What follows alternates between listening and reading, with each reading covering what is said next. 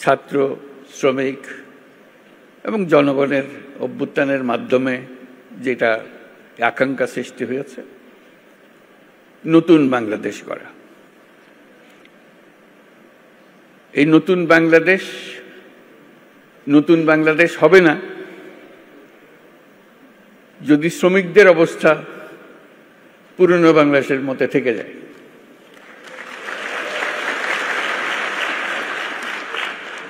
কাজে এটা আমাদের সবার দায়িত্ব, যারা এই নতুন বাংলাদেশে বিশ্বাস করি,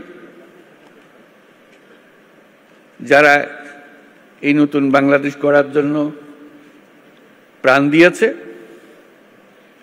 যারা নতুন বাংলাদেশ গড়ার জন্য আহত হয়ে জীবনের সংগ্রামে রত আছে,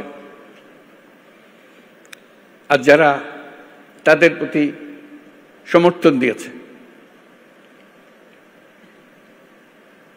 এটা আমাদের দায়িত্ব এবং একই সঙ্গে এটা আমাদের মস্ত বড় সুযোগ। এরকম আকাঙ্ক্ষা আগে কোনোদিন একযোগে এত কঠোরভাবে সৃষ্টি হয়নি, আজকে যেভাবে সৃষ্টি হয়েছে।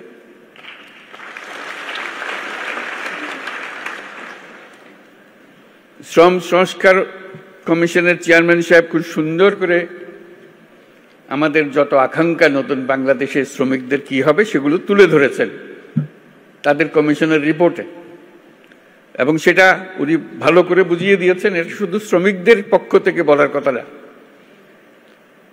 সকল পক্ষকে নিয়ে, সকল পক্ষের অংশীদারিত্বে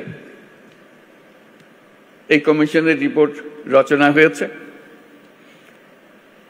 তারা যেসব কথা বলেছেন, যেসব সুপারিশ করেছেন, আমি ব্যক্তিগতভাবে অভিভূত হয়েছে। এত সুন্দর করে এত কঠিন বিষয়গুলোকে তুলে ধরেছে। আমি তাকে অনুরোধ করছিলাম আমাদেরকে একটা তালিকা দেন যেগুলো তাড়াতাড়ি করা যায়। তিনি সঙ্গে সঙ্গে বললেন, আমি প্রস্তুত হয়ে এসেছি, তালিকা আপনার জন্য নিয়ে এসছি। আশু করণীয়, আমাদের দায়িত্ব হলো আশু করণীয়গুলো দিয়ে যাত্রা শুরু করা। এগুলো করণীয়গুলো সমাপ্ত করার পরে কঠিনগুলো আস্তে আস্তে আমরা রওনা হব।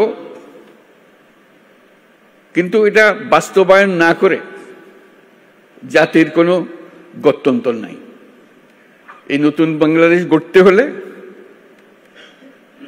আর কিছু কাগজ দলিল থাকার না থাক, এই কমিশনের যে রিপোর্ট আছে এটুকু যদি আমরা বাস্তবায়ন করতে পারি তাহলে নতুন বাংলাদেশের ভিত্তি রচনা হয়ে গেল। আমরা গৌরবান্বিত হয়ে বলতে পারব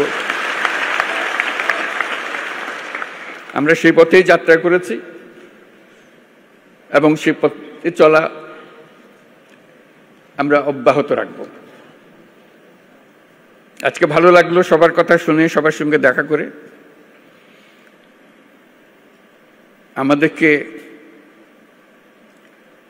সবাইকে অনুপ্রাণিত করেছে। আমি বিশেষভাবে অনুপ্রাণিত হয়েছি সবাইকে একসঙ্গে দেখে এবং সবার কথা শুনে।